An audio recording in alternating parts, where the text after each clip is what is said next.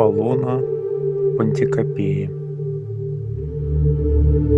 Пантикопей – столица Боспорского царства, располагавшегося на берегах Керченского пролива и просуществовавшего с 480 года до нашей эры примерно по первую половину VI века нашей эры, то есть около 1000 лет. На этом изображении вы видите Пантикопей с моря, с храмом Аполлона на вершине горы Митридат. Керченский пролив носил в древности название Боспор Киммерийский. Царство, объединявшее территории по обе стороны пролива, было основано греками из Милета в эпоху Великой греческой колонизации.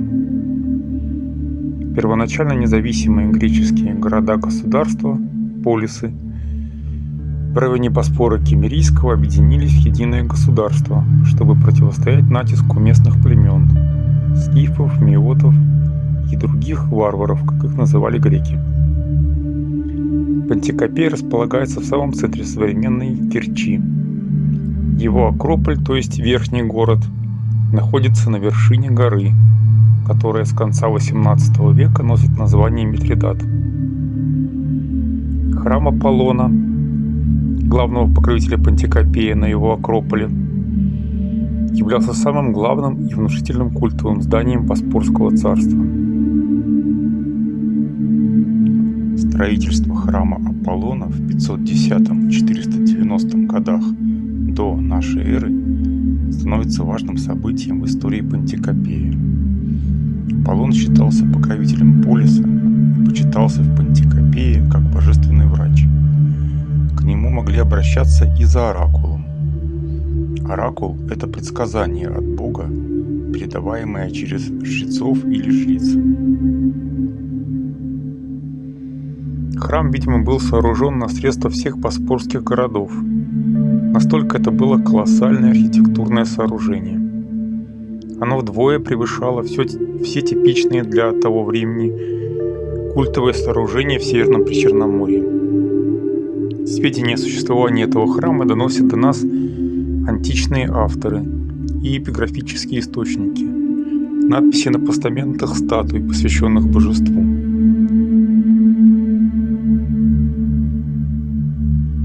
В ходе археологических раскопок были обнаружены архитектурные ордерные элементы, основания, базы колонн и предположительно части антаблемента, архитравные балки, обломки перекрытия храма, фриз, карниз, кровля. Известно, что греки сооружали храмы по ордерной системе, где при проектировании за основу всех расчетов брался определенный модуль, поэтому, найдя некоторые элементы конструкции храма, можно восстановить внешний вид храмов в целом. Также при реконструкции внешнего облика храма можно основываться на мощности раскопанного фундамента и остатков стен, и на изучение аналогов храмов, которые могли строиться в выявленном стиле в метрополии, то есть в материнском городе, откуда была выведена данная колония. Метрополией для Пантикопея был древний город Милет, один из важных центров греческой области Иония. Сейчас его руины находятся на юго-западном побережье Турции. Профессор Владимир Дмитриевич Блаватский, первый начальник Боспорской экспедиции Музея изобразительных искусств имени Пушкина, предложил первую реконструкцию храма. Владимир Петрович Толстиков, начальник экспедиции с 1977 года, значительно уточнил первоначальный план. Храм был построен в ионическом ордере самосского варианта, характерном для архаических городов Малой Азии.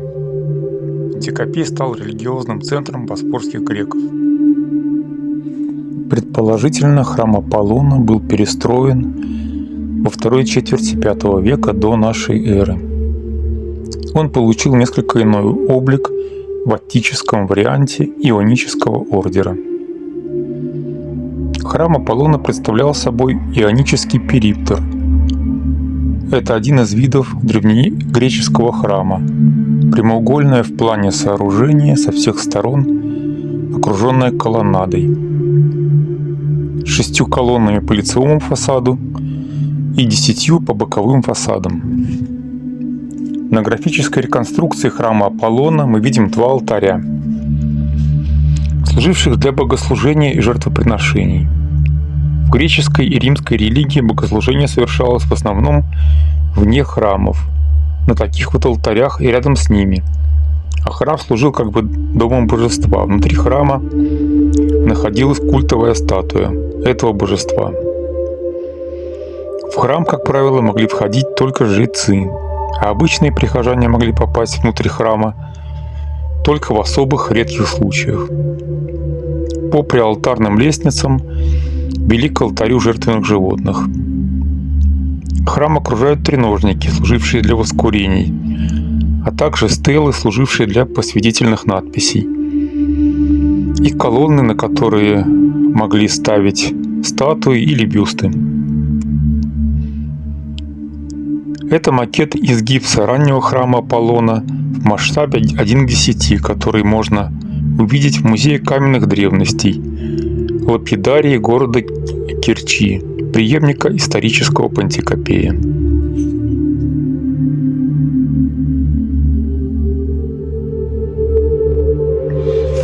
В качестве постскриптума к этому видео попробуем представить себе, как мог выглядеть вход в храм Аполлона в Пантикопее глазами обычных прихожан, жителей города. Для примера возьмем 3D-реконструкцию другого греческого храма Аполлона, храма Аполлона Отца или Патроса на Афинской Агаре. Агара – это рыночная площадь в древнегреческом городе, являвшаяся также местом народных собраний и разнообразных дискуссий, в том числе философских. Представленный на реконструкции храм был построен во второй половине IV века до нашей эры, либо в первые десятилетия III века до нашей эры, на месте более раннего храма того же посвящения.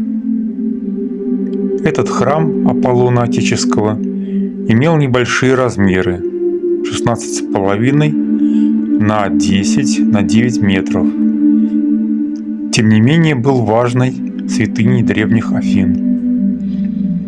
Храм носил название в честь Аполлона Патроса, то есть отца Иона, прародителя всех ионийцев, греческого племени, к которому относились и афиняне. В той части храма, которую вы сейчас видите, Пронаосе, в православном храме ее аналог называется притвор, располагались мраморные скамьи, на которых стояли барельефы с религиозными сюжетами и приношения божеству. И храмы, и скульптуры в Древней Греции окрашивали. Поэтому в этой реконструкции мы видим довольно много густого темно-красного цвета. Вход в храм был загорожен бронзовой решеткой, сквозь которую была видна большая мраморная культовая статуя Аполлона Патроса, также раскрашенная. Статуя была выполнена знаменитым скульптором, художником и автором трактатов по искусству Евфранером. Значительная часть этой статуи хранится сейчас в музее Афинской Агары.